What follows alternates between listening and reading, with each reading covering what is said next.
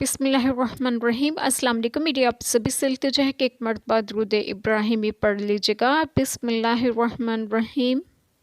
اللہم صلی علی محمد وعلی آل محمد کما صلیت علی ابراہیم وعلی آل ابراہیم انک حمید مجید۔ اللہم بارک علی محمد وعلی آل محمد کما بارکت علی ابراہیم وعلی آل ابراہیم انک حمید مجید۔ بسم اللہ الرحمن الرحیم۔ مگر جنہوں نے اس کے بعد توبہ کی اور آیا خود کو سنبھالا تو ضرور اللہ بخشنے والا مہربان ہے۔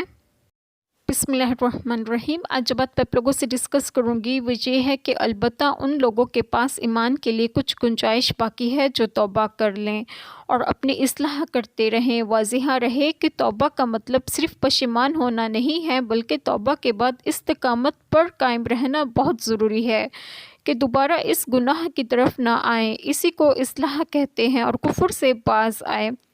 شان نزول حارث ابن سوید انصاری کو کفار کے ساتھ جا ملنے کے بعد ندامت ہوئی تو انہوں نے اپنی قوم کے پاس پیغام بھیجا کہ رسول اللہ صلی اللہ علیہ وسلم سے دریافت کریں کہ کیا میری توبہ قبول ہو سکتی ہے۔ ان کے حق میں یہ آیت کریمہ نازل ہوئی۔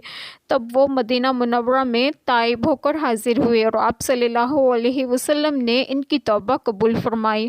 اللہ تعالی ہم سب کے تمام گناہوں کو معاف فرمائے اور ہمیں صراط مستقیم کی راہ پر گامزن کریں اور آپ سب کو آپ کے گھروں میں خوش و خرم رکھیں اور صحت و تندرستگی بھی دیں۔ آمین۔ جزاک اللہ خیر۔